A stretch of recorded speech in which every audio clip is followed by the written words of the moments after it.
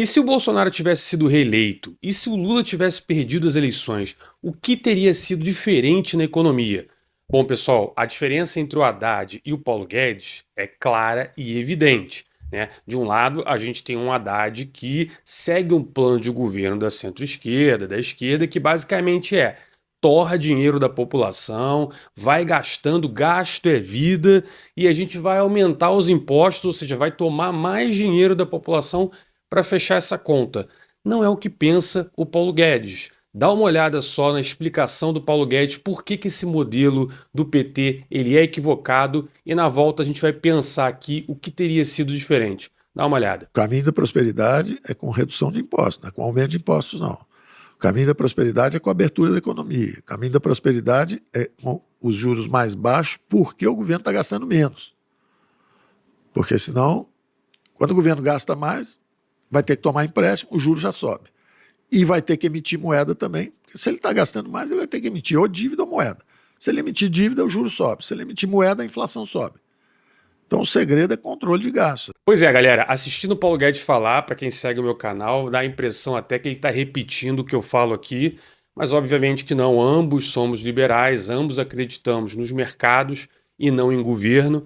Então, naturalmente, nosso discurso é parecido, né? Então, há de se pensar que a solução não é essa que o PT está trazendo. E se sim o Bolsonaro tivesse sido reeleito, tivesse dado autonomia ao Paulo Guedes para trabalhar, sim, ele teria muita coisa a ser trabalhada esse ano, muita coisa foi prometida na eleição, foi prometido Auxílio Brasil, foi prometido bastante coisa, mas qual seria a diferença clara do Haddad para o Paulo Guedes? Bom, a primeira coisa que não teria acabado era o plano de privatizações. A gente tinha privatização para acontecer dos Correios, por exemplo. A privatização dos Correios faria com que não só o prejuízo dessa porcaria acabasse logo, mas também você teria uma receita na venda desse ativo.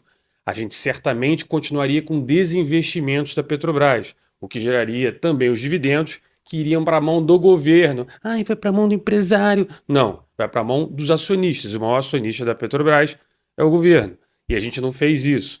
A gente certamente não teria feito aquela contratação em massa que o Lula fez.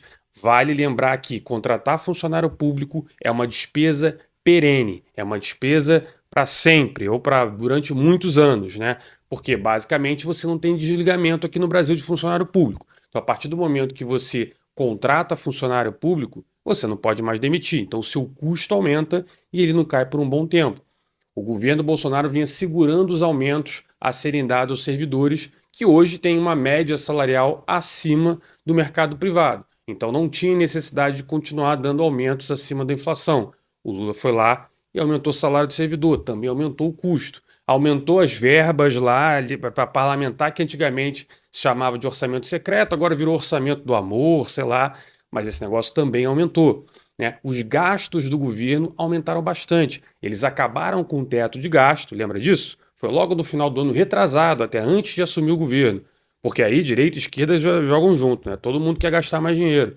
E aquela austeridade que o Paulo Guedes estava construindo ao longo do governo morreu. A gente colocou um orçamento, como é que é? Um arcabouço fiscal, que na verdade é um tetozinho de palha ali e tal, né? Que não segura muita coisa, né? Aí esse ano passado, a gente já teve uma previsão de gastar ali em torno de 80 bilhões, 90 bilhões de déficit, ou seja, ia gastar mais do que arrecada. Exatamente o que o Paulo Guedes acabou de falar agora no vídeo que ele disse, né?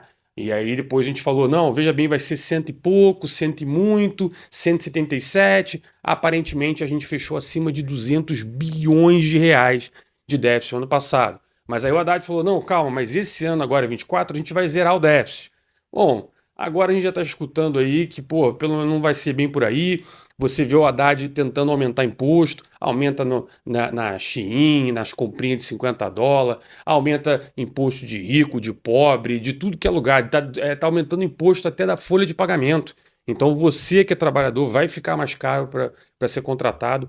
Então, assim, a gente está vendo o extremo oposto do que fazia o Paulo Guedes. Então, se houvesse a reeleição, se o Bolsonaro não tivesse perdido a eleição, certamente a gente veria um país muito mais saudável.